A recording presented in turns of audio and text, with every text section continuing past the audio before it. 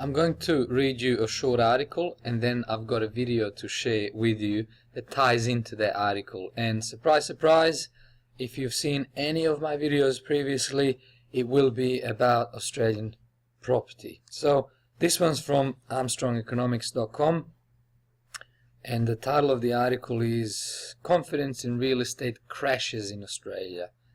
Okay, so the article goes to say the rush of foreign capital that has caused real estate in major cities to soar coming out of China has hit Australia, Canada and the United States.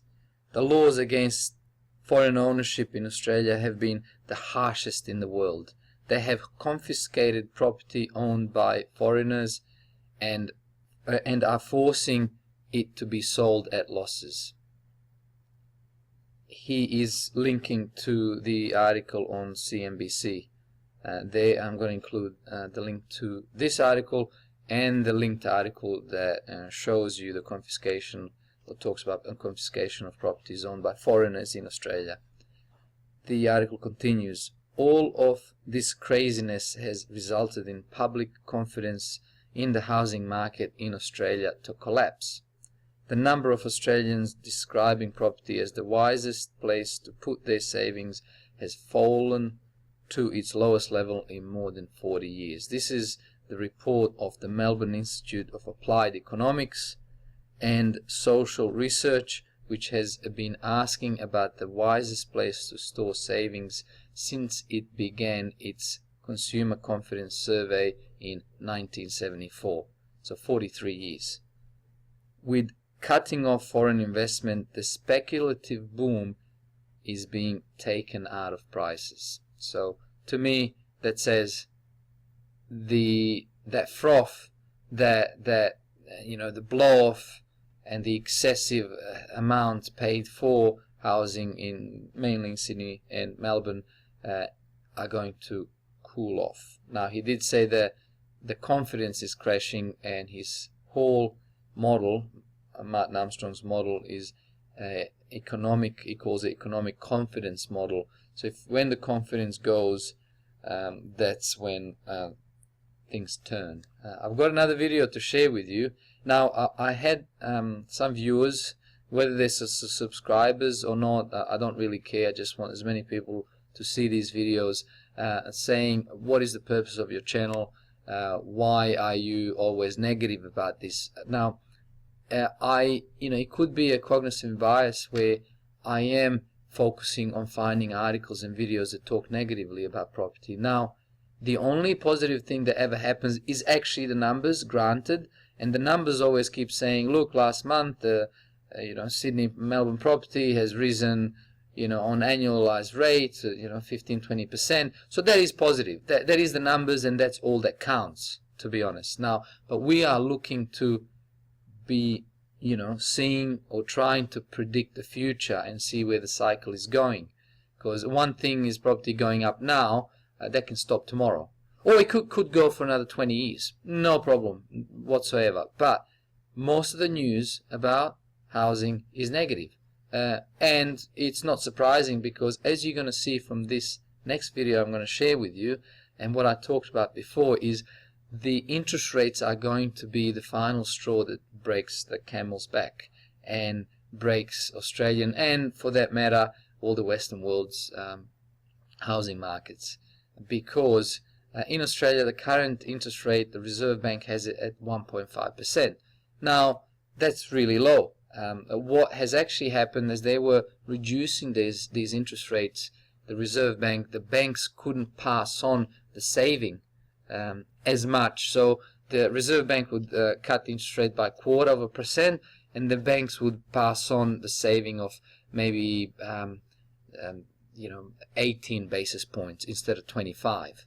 And so, because the cost of borrowing for the banks and their profitability is seriously endangered if they start cutting it as much as the Reserve Bank is cutting it. So the Reserve Bank has actually reached a level, or the real interest rates in Australia have reached a level that no matter what the Reserve Bank does, the interest rates are not going to be able to be pulled down that much. And the proof of that is that just last week, I believe, is that Reserve Bank left the interest rates on hold, yet when Janet Yellen pushed the rates up by 0.25%, all big four Australian banks and all the other lenders, don't worry about that, have pushed the rates up, because I believe 1/3 of capital that Australian banks get from the it comes from the international money markets. And so no matter what happens here, if the property crashes tomorrow and the government and the Reserve Bank tries to save it by cutting the interest rates down close to zero, that's really not going to be passed on to the consumer. And this next story talks about that. Watch this. And many of their smaller competitors have all raised interest rates in the past week in step with each other, but out of step with the Reserve Bank. It comes as the head of Australia's corporate watchdog and many analysts warn that Sydney and Melbourne are experiencing a property bubble. But even though the rate hikes are across the board, the pain for borrowers won't be shared equally. Investors will experience the biggest rises as banks seemingly heed the warning of regulators to cool the heated property market. Here's Carrington Clark. The official cash rate set by the Reserve Bank still sitting at the historical low of 1.5%, but still, loan repayments are going up. The commercial banks, even though the cash rate hasn't moved, are repricing their loan products because their funding costs are now higher. Stephen Walters, chief economist at the Australian Institute of Company Directors, links it to one major event. So just before the US presidential election, bond yields in the US were below 2%. This is 10-year bond yields. They're now up around 2.5%. So that's about 80 basis points higher than they were just 4 or 5 months ago. But others think it's about banks being politically clever. The reality is it's been hard to raise rates, especially out of cycle with the RBA.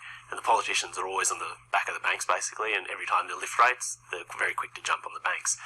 The banks have basically worked out that investor loans, you can actually reprice them up rather than owner-occupied. No one really says anything. The politicians let you get away with it. After 2012, the issuing of new home loans took off. The regulators stepped in at the end of 2014 to cool the market, and for a time it worked. But it's back rising at a strong clip, driven almost entirely by investors. There's no doubt that the actions did address some of the risks. Nevertheless, the early experience suggests that, while the resilience of both borrowers and lenders have no doubt improved, the initial effects on credit and some of the other indicators we use to assess risk may fade over time. We are continuing to monitor their ongoing effects and are prepared to do more if needed. The RBA has made clear to the banks that skyrocketing house prices in Australia's two biggest cities are creating a financial stability risk to the economy. I think the banks are certainly having conversations with the regulators about perhaps targeting these rate hikes to areas where perhaps the risks are getting a little bit beyond what the regulators are comfortable with, and that's particularly the non-owner occupier investor segment of the market. Investors are being hit hardest, but so too are owner occupiers with interest-only loans, who might be particularly vulnerable. If you're only paying off the interest and not paying off your principal, it does suggest that perhaps you've got a loan that may be stretching your affordability a little bit. In the last few years, APRA and ASIC have basically asked the banks to tighten up their lending standards, which they've done. And so the problem is you've got people who have taken interest-only loans, say 4 or 5 years ago, which start to roll in the next couple of years, which will switch into principal and interest payments, and potentially they can't afford those payments. And there could be more pain to come. People need to brace themselves for, even though the Reserve Bank won't be doing anything on interest rates in terms of rate hikes, that there's probably more increases in mortgage rates coming through. The RBA will be hoping those increases cool the property market and not just boost bank profits. I think the RBA is going to get more than they bargained for, because if they want to cool the Australian housing, they're not going to have to do very much, or they're not going to be able to do anything. There's something called the invisible hand that is a free market, and that cannot be manipulated no matter what people tell you. By the way, those economists, speaking of carefully worded statements and trying not to look alarmist, just go back and listen to the language again. I mean, it's all negative. I'm sorry for those people who make comments why I'm negative. that's all I see everywhere. All right, take care, everyone.